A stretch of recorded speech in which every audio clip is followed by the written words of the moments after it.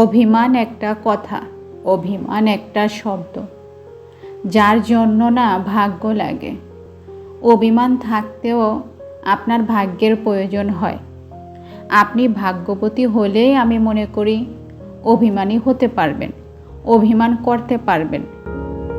আপনি অভিমান এজন্যই তো করবেন, কেননা আপনার অভিমান ভাঙানোর জন্য আপনার কাছের কেউ আছে। আসসালামু আলাইকুম।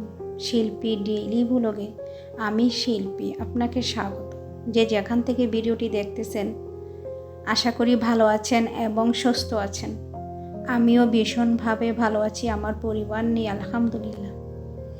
আজকে হচ্ছে বাড়ির সবজি দিয়ে সব কিছু রান্না করা হবে। মূলত বাড়ির সবজি আমি খেয়ে থাকি, আমার বাড়িতে সবজি আছে, তারপর ছাদের গাছও সবজি আছে। আজকে হচ্ছে কাঁকরোল নিচ থেকে নেওয়া, আর একটা দুন্দুল, সেটা হচ্ছে গিয়ে বাড়ির ছাদে ছিল, সেটা নিয়ে পোয়া মাছ রান্না করব। আমার না দুন্দুলটা পাড়তে গিয়ে মনে হয়েছে যে আমার ভাগ্য কত ভালো। ধুন্দুল গাছ কিন্তু আমি এটা রোপণ করি নাই, বিশেষ করে বীজ লাগানো হয়নি, এমনি এমনি হয়েছে। সেখান থেকে দুন্দুল ধরেছে, সেটা অবশ্য আমি বিশেষ করে অবাক হয়েছি। কেননা দুন্দুল যখন বীজ রোপণ না করা হয়, এমনি এমনি যখন এই চারাগুলো হয়, তখন দেখা যায় কি অনেক সময় লাগে ধরতে। আমি ভাবছিলাম এটা ছাদের গাছে কখনোই এটা হবে না, কিন্তু আল্লাহ চাইলে আসলে সব সম্ভব। এটা আমার রিজিকে ছিল, সে কারণে মনে হয় হয়েছে। যে এটা অবশ্য যার যেটা রিজিকে আছে সেটা অবশ্য কেউ কোনো দিন কেড়ে নিতে পারবে না, আর যার যেটা রিজিকে নাই সেটা শত চেষ্টা করেও পারা যাবে না। এটাই হচ্ছে গিয়ে মনে হয় আমার, কেননা আল্লাহ যার যেটা রিজিকে রেখেছে। আজকে হচ্ছে দুন্দুল দিয়ে রান্না করবো পোয়া মাছ, আর কাঁকরোল সেটা বাজার থেকে করলা সেটা বাজার থেকে কিনা, সেটা দিয়ে চিংড়ি মাছ। আর হচ্ছে কাঁকরোল, সেটা তো দেখলেনই পারলাম। এই কাঁকরোল ভাজি করব, শুধু সাদা নর্মাল এভাবেই ভাজি করব। আজকে হচ্ছে একটা কথা বলছিলাম যে অভিমান করা না ভাগ্য লাগে। অভিমানী সবাই হতে পারে না, অভিমান করার জন্য ভাগ্য লাগে। বিশেষ করে আপনার যে অভিমান ভাঙানোর লোক থাকলেই তো আপনি অভিমান করবেন। আপনার অভিমান ভাঙানোর মতো কেউ যদি না থাকে, আপনি কি কখনো অভিমান করতে পারবেন? তখন তো অভিমান আসলে কাকে বলে সেটা সম্বন্ধে আপনার আসলে জানাই থাকবে না। অচেনা একটা শব্দ, অচেনা একটা কথা অভিমান, মানে এরকম একটা অবস্থা হবে যখন আপনার অভিমান ভাঙানোর জন্য কেউ থাকবে না। তবে আমি দেখি কি, ছোটোবেলায় অভিমানটা ভাঙানোর মতন অনেকেই থাকে। বিশেষ করে বাবার বাড়িতে যখন থাকা হয়, তখন বেশিরভাগ মেয়েই না খুব আদরে থাকে। মনে হয় কম কষ্ট করে বাবার বাড়িতে, কিন্তু বেশিরভাগ মেয়েরাই বাবার বাড়িতে ভীষণ আনন্দে থাকে, এবং অভিমান ভাঙানোর জন্য কেউ তো থাকে, ভাই থাকে, মা থাকে, বাবা থাকে, এরকম। আমারও ছিল। বাবার বাড়িতে আমি ভীষণ ভালো ছিলাম, অনেক বেশি ভালো। তো সেদিক থেকে অভিমান ভাঙানোর জন্য লোক ছিল, আমার ভাই ছিল, ভীষণভাবে আদরের ছিলাম। সে কারণে অভিমান করা, বিশেষ করে আদর থাকলে সেখানে অভিমান থাকে। আর এখন হচ্ছে কি, অভিমান হয়ে গেছে উল্টো। মানে আমি যে অভিমান করেছি, যার সাথে অভিমান করলাম, সে তো বুঝতেই পারলো না যে আমি অভিমান করেছি। এরপর থেকে প্রথম যাই অভিমানটা করা হতো, মানে নিজের একটা বাস্তব অভিজ্ঞতা বলতেছি আপুরা, যে প্রথম তো ভাবতাম যে এই লোকটা অভিমান হয়তো বা ভাঙাবে, এরকম একটা অবস্থা। পরে দেখলাম কি, আরে না, উনি তো বুঝতেই পারে নাই যে আমি অভিমান করে আছি। তারপর থেকে না একটা সাহসী ব্যক্তিত্ব নিজের মধ্যে অবস্থান করেছে, একেবারে চরমভাবে আমাকে সাহসী করে দিয়েছে সেই মানুষটার জন্য, যে আমি কার জন্য অভিমান করে থাকবো। ওই লোকটা তো বুঝতেই পারে না যে আমি অভিমান করে আছি। তখন থেকে আমি আর অভিমানী নই, আমি একেবারে বাস্তব একটা মানুষে পরিণত হয়েছি। আমার মনে হয় যারা অভিমান করে তারা না বোকাই থেকে যায়, সেজন্য অভিমান না থাকাই ভালো। আপনি যতক্ষণ অভিমানী হবেন, ততক্ষণ আপনার কষ্টগুলো আপনাকে ঘিরে ধরবে বেশি করে। সেজন্য বাস্তববাদী হওয়া দরকার। বাস্তব সব কিছু জেনে আপনাকে একটা শক্ত মানুষে পরিণত হওয়া দরকার, অভিমান না করে, রাগ না করে। তখনই আপনি বুঝতে পারবেন যে জীবন মানে কি। এখন জানি না আমার আপুরা এখন আমার ভিডিওতে আছে কি না, যদি থেকে থাকে তাহলে অবশ্যই কমেন্টে জানাবেন আসলে আমি ঠিক বলেছি কিনা। অভিমান করার জন্য আদৌ কি ভাগ্য লাগে কিনা, অভিমানে কি আমরা সব আপুরা করতে পারি, সেটা অবশ্যই কমেন্টে জানাবেন। আমার রান্না কিন্তু এখন ওই পোয়া মাছ রান্না করলাম আর একদিকে ভাত বসাইছি। আমি যখন রান্না করি রান্নার আগে অবশ্য রাত্রের বেলায় কিন্তু আমি কিচেনটা সুন্দর করে গুছিয়ে রাখি। কিচেন গোছানো আমার একটা একেবারে প্রধান কাজ হয়ে যায়। রান্নার চেয়েও প্রধান কাজ হচ্ছে কিচেন গোছানো, কেননা কিচেনটা গোছানো থাকলে আমার রান্না করতে অনেক বেশি ভালো লাগে। বিশেষ করে আমার এই চুলাটা অনেক একটা পছন্দের চুলা, সেই জন্য এই চুলাটাকে আমি যতবার রান্না করি ততবারই পরিষ্কার করে রাখি। আবার দেখা যাচ্ছে একদিকে রান্না হচ্ছে, আরেক দিকে কোনো তেল ছিটে পড়ছে, সেটাকে পরিষ্কার করা শুরু করি। আমার খুব মায়া হয় বিশেষ করে আমার পছন্দের জিনিসের প্রতি। এই কিচেনটাকে আমি এতটাই পরিষ্কার রাখার চেষ্টা করি। একদিকে হয় কি, পরিষ্কার না রাখলে উল্টাপাল্টা হয়ে যায় সব কিছু। সেই জন্য যখন কিচেনটা দেখি যে গুছানো, তখন কাজ করতে গেলে এক একটা কাজ সিরিয়াল মতো করা যায়। না হয় মনে হয় কি সব কিছু এলোমেলো লাগে, সব কাজগুলো করতেই এলোমেলো লেগে যায়। সেদিক থেকে আমি সবসময় চেষ্টা করি কিচেনটাকে গুছিয়ে কাজ করার জন্য।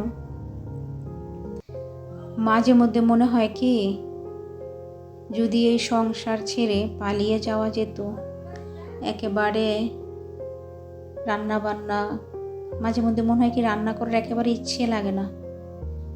সব আপুদের অবশ্যই এটা জানার খুব দরকার। এমনকি আপনাদের হয় যে আজকে রান্না করতে ইচ্ছে হচ্ছে না একেবারে, এরকম আমার অনেক সময় হয় যে আমার রান্না করতে একেবারেই ইচ্ছে হচ্ছে না, এরকম একটা অবস্থা হয়। তবুও কি আপনি আপনার সংসার ছেড়ে যেতে পারবেন? কখনোই পারবেন না। এই সংসারে কোনো সিকিউরিটি গার্ড নেই, কোনো সিসি ক্যামেরা নেই, কেউ আপনার দায়িত্বে নেই, তাও আপনি পালিয়ে যেতে পারবেন না। আপনার সন্তান, আপনার সব কিছু আপনাকে একেবারে মায়ায় ঘিরে রাখে। আপনার শত কষ্টেও আপনি এখান থেকে বেরিয়ে যেতে পারবেন না। কি একটা মায়ার সংসার না আপুরা? সব নারীরাই এখানে আটকে যায়। বিশেষ করে তখনই আটকায় যখন একটা সন্তান হয়ে যায়। তখন ইচ্ছা করলেও পরিবেশ যত খারাপই হোক আর ছেড়ে যাওয়া যায় না। তখন মনে হয় কি, এখন ছেড়ে যাব কোথায়? বাচ্চা নিয়ে কোথায় যাব? বাচ্চারও তো তার বাবার ভালোবাসা দরকার। আবার দেখা যাচ্ছে একটা বাচ্চা নিয়ে কোথায় যাওয়া যায়? বাচ্চা কেউ গ্রহণ করবে কিনা, কিংবা বাচ্চাকে কেউ মেনে নেবে কিনা। হয়তো বা আমাকে সবার ভালো লাগবে, বাচ্চাকে তো ভালো নাও লাগতে পারে। সেদিক থেকে আর যাওয়া হয় না। নারীরা এখানেই আটকে যায়। যখন একটা বাচ্চা হয় তখনই নারীরা সংসারের যত ঝামেলাই হোক এখানেই আটকে যায়। আজকে কিন্তু সব কিছু বাড়ির সবজি রান্না করেছি। আমার ভিডিও অবশ্য যারা আগে দেখেছে, মানে দেখেছে তারা অবশ্যই দেখবে যে আমার বাড়িতে কিন্তু সব সবজি আছে। আর বিশেষ করে আমরা যারা গ্রামে বসবাস করি, আমরা চেষ্টা করি কি গ্রামে আমাদের বাড়িটা বড় থাকে, সেই দিক থেকে সবজি লাগানো সম্ভব হয়। আর সবজি লাগানো সম্ভব সেটা হচ্ছে কি একান্ত মনের ইচ্ছা। দেখা যায় কি অনেক সময় লাগানোর অবস্থা থাকলেও অনেকে লাগায় না, ভালো লাগে না।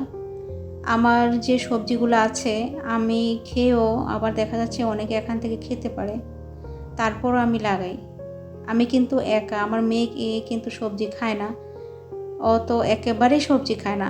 সবজি তাও আমি লাগাই। আমার বাড়িতে এত সবজি থাকে, এটা আমার খাওয়ার চাইতে দেখতে খুব ভালো লাগে।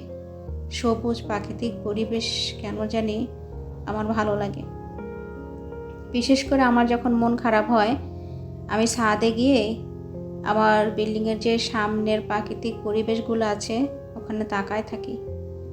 আমার না অনেক ভালো লাগে, ভীষণভাবে ভালো লাগে প্রাকৃতিক পরিবেশ। আমি যে গ্রামে থাকি, তারপর একটা আছে না যারা শহরে থাকে তারা গ্রামের পরিবেশ ভালো লাগে, ঘুরতে আসে।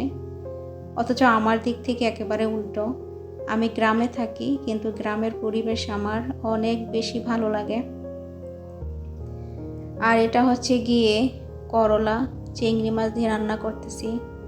এই করলা এনেছিলাম বাজার থেকে, 2টা করলা কিনেছিলাম 50 টাকা দিয়ে। একটা অবশ্যই এমনি রান্না করেছিলাম। আজকে ভাবলাম একটা আলু দিয়ে তারপর রান্না করি। দেখি অনেক আপুরা আলু দিয়েও করলা ভাজিটা করে চিংড়ি মাছ দিয়ে। আমিও আজকে চেষ্টা করলাম সেভাবে রান্না করার জন্য। তো খাবারটা খাওয়ার পর তো ভয়েস দিয়েছি, মাশাআল্লাহ খেতে খুব মজা হয়েছিল। অনেকে তিতা জিনিস খেতে অপছন্দ করে, আমার আবার কেন জানি এই করলাটা খেতে অনেক বেশি ভালো লাগে। শুধু করলা না, করলা তারপরে ওই উস্তেগুলা যে ছোট সাইজের হয় ওটাও আমার অনেক বেশি ভালো লাগে। এটা তিতা হলো, এটার গ্রানটা খুবই সুন্দর। এখন যারা খায় তাদের কাছে ভালো লাগবে, আর যারা না খায় তাদের কাছে ধর অত ভালো লাগবে না। আর বিশেষ করে বেশিরভাগ মানুষই, বেশিরভাগ না কম বাচ্চারা তো এইসব খাবার, উস্তা যেটা আর করলা, এইসব খাবার তো বাচ্চারা অত খায় না। আমরা যারা আছি তারাই মনে হয় খাই, আমরা, তারপর আমাদের মায়েরা এই ধরনের খাবারগুলো খেয়ে থাকে। বিশেষ করে শাক, তারপর উস্তা, করলা, এসব খাবারগুলো খেয়ে থাকে। আমি কিন্তু কথা বলতেই আছি, আমি জানি না আমার কথা শোনার মতো লোক আছে কিনা, কেউ দেখছে কিনা, কেউ শুনছে কিনা আমার জানা নেই। তারপরও না আমি বলতে থাকবো, কেননা আমার বলতে ভালো লাগে। বিশেষ করে আমি যেই পরিবেশে থাকি সেই পরিবেশটা এমনই একটা পরিবেশ যেখানে কথা বলার মতো মাঝে মধ্যে লোক পাওয়া যায় না। যে আমি কারোর সাথে 2 লাইন 4 লাইন কথা বলবো, সেই লোকের এখানে অনেক অভাব। আবার দেখা যায় কি লোক আছে কিন্তু আপনার কথা যে কেউ বুঝবে এরকম লোক তো আপনাকে পেতে হবে। আপনি এখন বক বক করবেন এরকম মানুষের সাথে যে আপনার ভাষাই বুঝছে না, আপনার কথাই বলছে না, তার সাথে আপনি কিভাবে কথা বলবেন? সেই জন্য দেখা হয় কি আমার কথা বলার জন্য এখানের লোক একেবারে নাই বলা চলে।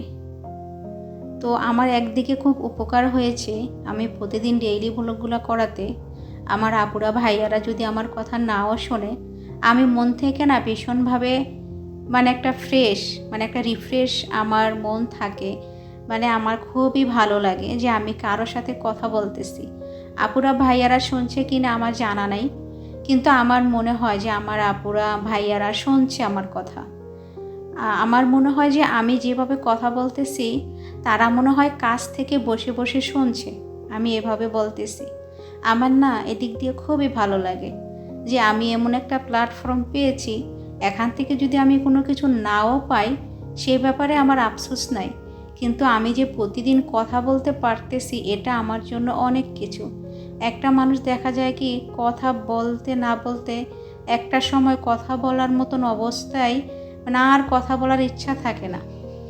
সেদিক থেকে আমার এই ডেইলি ব্লগটা না অনেক বেশি ভালো একটা প্ল্যাটফর্ম আমি মনে করি, যেখানে আমি বলতে পারি, আমার নিজের মতো কথা বলতে পারি, এবং আমি মনে করি যে আমার কথা কেউ শুনছে। এটা ভেবে না আমার খুব বেশি ভালো লাগে। তো এখনও যেই আপুরা ভাইয়ারা এই ভিডিওর মধ্যে আছেন তাদেরকে না অনেক অনেক মন থেকে না দোয়া, আমি এটাই করতে পারবো আমার আপুদের ভাইয়াদের জন্য, যে আপনাদের জন্য না মন থেকে আমার দোয়া যে আপনারা সবাই বেশি বেশি ভালো থাকেন। আপনারা যেই চিন্তাভাবনা নিয়ে এই প্ল্যাটফর্মে আসছেন, আল্লাহ যেন আপনাদেরকে হতাশ না করেন। বিশেষ করে আল্লাহ আপনাকে হতাশ করলেও আপনি কিন্তু ধৈর্য হারাবেন না। আল্লাহর কাছে আমার এটা চাওয়া যে আল্লাহ যেন আপনাকে ভীষণ ধৈর্য দেয়। প্রতিদিন ভিডিও বানানোর জন্য, প্রতিদিন ভিডিও আপলোড করার জন্য আপনার ভিউজ হচ্ছে না, আপনার মন খারাপ, সেজন্য পরের দিন ভিডিও দিবেন না, সেদিক থেকে আল্লাহ যেন আপনার আগ্রহ বাড়িয়ে দেয়।